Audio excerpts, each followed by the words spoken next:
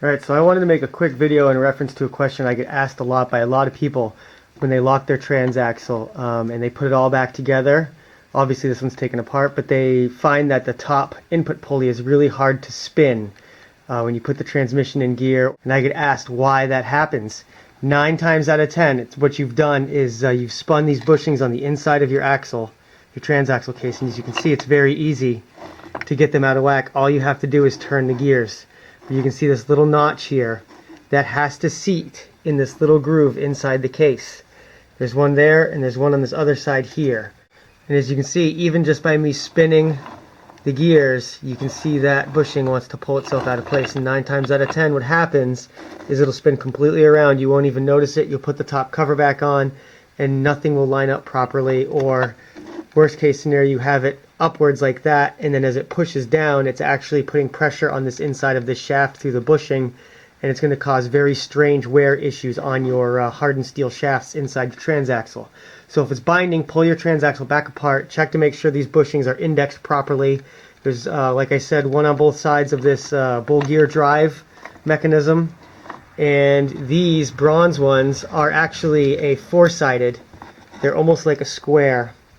As you can see, they're not quite circular, and they fit down into these grooves here, and they actually are kind of a square. I guess it's almost like a rounded hexagon or octagon, if you will. You got to make sure they seat down in there properly as well.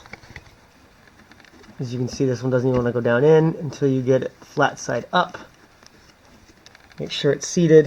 And this side you can see is popped up. Until I roll it, boom, now she's back down in. So really you've got to check a lot of those bushings.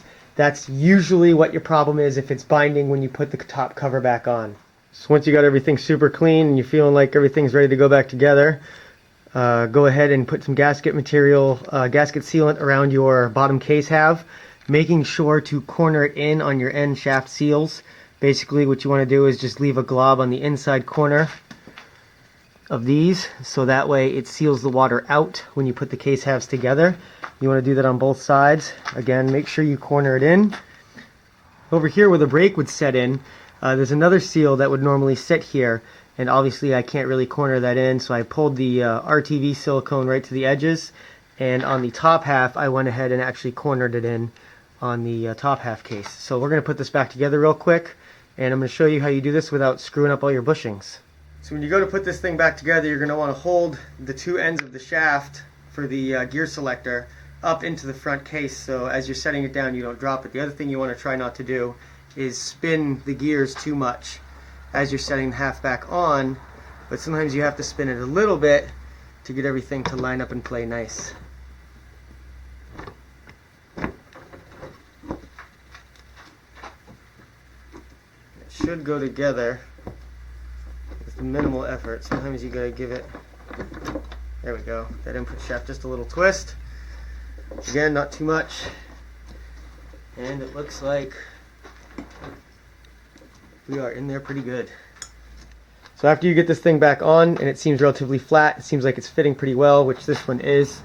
It's fitting nice and close together. Go ahead and put your bolts in, put them in about halfway tight, just firm them up, and give this a little spin to make sure it's all spinning freely, and if it is, then keep bolting everything down. If it's not, take it back apart, check the bushings, start over again.